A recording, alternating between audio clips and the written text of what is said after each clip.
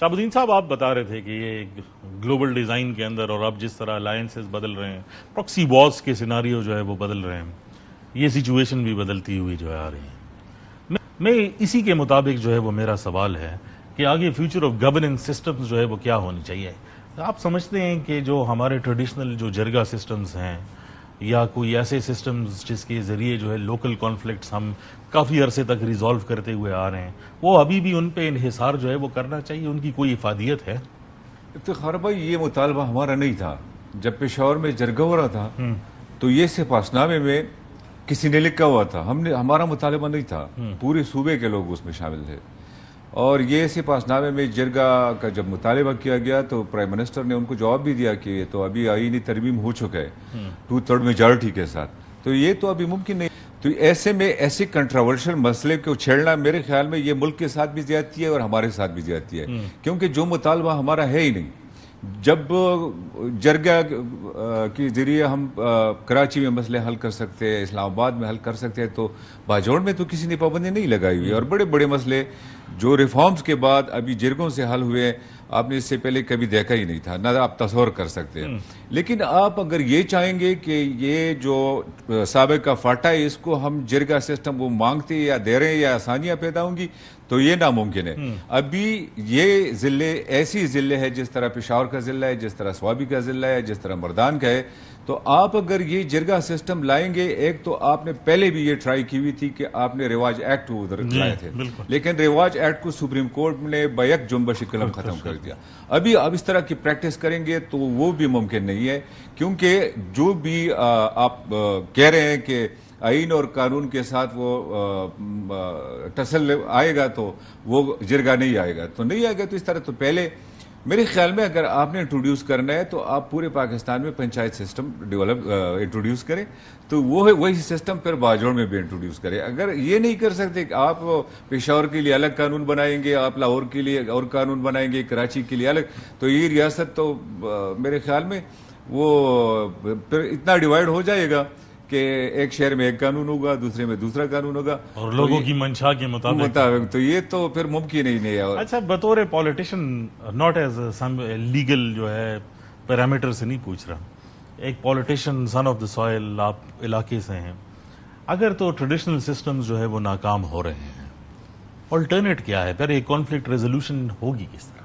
دیکھیے جی، آپ national action plan کو لاگو کریں، اس پہ عمل کریں، اس کو ردی کی ٹوکری سے آپ نے نکال کے پھر اس ٹیبل پہ رکھے، اس پہ عمل کریں۔ اور جو قانون ہے، قانون جہاں بھی چائنا میں الگ قانون ہے، ایران میں الگ قانون ہے، پاکستان میں الگ قانون ہے، یہی قانون جو ہمارے ملک میں، یہ انڈیا میں بھی ہے، وہاں پہ کامیابی کے ساتھ چل رہا ہے، بنگلہ دیش میں کامیابی کے ساتھ چل رہا ہے۔ آپ کے ملک میں کیوں نہیں چل رہا ہے؟ آپ امپلیمنٹیشن نہیں کر رہے۔ آپ قانون کو امپلیمنٹ کریں، جو بھی قانون ہو امپلیمنٹیشن کی ضرورت ہوتی ہے۔ قانون ہے ہی نہیں، امپلیمنٹ ہو ہی نہیں رہا ہے، تو کیسے کامیاب ہوگا؟ اور جو ہمیشہ بات ہوتی ہے کہ لوکل کنسلٹیشن سے جو ہے وہ بات آگے جو ہے وہ جائے، تو لوکل کنسلٹیشن تو قبائلی علاقوں سے جو بات آتی ہے وہ ہمیشہ ٹریڈیشنل سسٹمز پر جو ہے وہ ریلائنس ہوتے ہیں۔ یہ کس نے کہا ہے لوکل کنسلٹیشن؟ دیکھیں، جو چیزیں ابھی اس ٹائم پر سامنے جو ہے وہ آ رہی ہے، ابھی جو پرائم منسٹر کو بھی جو ہے وہ بات کی گئی، وہ بھی قبائلی مشران نے جو ہے ان کو جرگے میں جو ہے وہ بات کی۔ میں یہ نہیں کہتا کہ وہ قبائلی مشران نہیں ہے، لیکن وہ ایف سی آر کے بینیفیشری تھے۔ اس وقت بھی وہ مولانا صاحب کے پیچھے دوڑ رہے تھے، آج بھی دوڑ رہے اور کل بھی دوڑیں گے، لیکن جو کچھ جو تبدیلی آئی ہوئی ہے، جو آئینی ترمیم آیا ہوا ہے، میرے خیال میں یہ اس وقت بھی سرتاج عزیز رپورٹ کی یہی وہ تھی کہ 75% لوگوں سے کہ زیادہ بھی یہ ڈیمانڈ ہے۔ اور آج بھی وہی لوگ، آج جو آپ دیکھ رہے ہیں نا، جو سیاسی اویئرنیس دیکھ رہے ہیں، جو وہاں پہ لوگ ظلم کے خلاف کھڑے ہو رہے ہیں، آپ کی میڈیا وہاں پہ جا رہی ہے، وہاں کی کوریج کر رہی ہے، یہ تو پہلے نہیں تھا۔ یہ ہمارے جو نئی نسل آئی ہوئی ہے، یہ آپ کے ساتھ یہ اس سسٹم سے بھی آگے جانا چاہتے ہیں۔ آپ اس کو پھر سے ٹریڈیشنل سسٹم پہ ڈالیں گے نا، تو میرے خیال میں آپ ایک اور پنڈورا باکس کھول کے اس ملک کے اندر ایک اور افراتفری پیدا کرنا چاہیں گے۔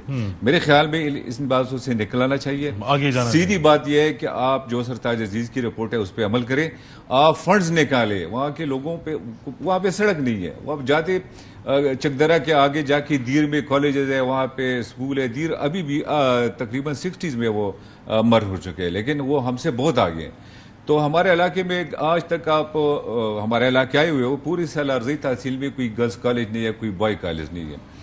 پورے باجوڑ میں میرے خیال میں 10 گرلز سکولز نہیں ہے, پرائمری سکول نہیں ہے. تقریباً 28 سال سے کوئی پرائمری سکول نہیں بنا ہوا ہے.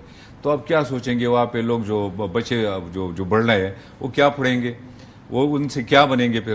تو آپ ان کی لائف سٹائل پہ توجہ دیں, آپ ان کی ڈیولپمنٹ پہ توجہ دیں. وہاں پہ ضروری بات ہے وہاں پہ امن پہ توجہ دیں. یہ جو بدامنی ہے آج کل, اس بدامنی سے تو لوگ تنگ آ رہے ہیں اور علاقہ چھوڑ رہے ہیں. جی. تو علاقہ جب لوگ علاقہ چھوڑیں گے تو وہاں پہ آپ کو کیا ان کو دے سکتے ہیں. تو پہلے آپ امن لائیں, پھر بات کریں گے, جو بھی سسٹم ہوگا اس میں چلیں گے, لیکن پہلے امن لیں.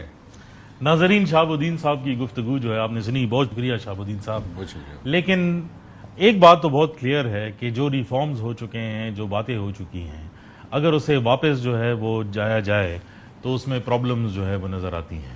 لہٰذا implementation of law, not just legislation, بلکہ اس کی امپلیمنٹیشن جو ہے وہ اس ساری چیز کو سینٹرل ہے. اور کسی بھی معاشرے کو آگے جانے کے لیے, اور پرٹیکولرلی قبائلی علاقہ جات, وہاں پہ سب سے جو بڑا پری ریکویزٹ ہے وہ امن کا ہے, جس طرح شہاب الدین صاحب نے بتایا.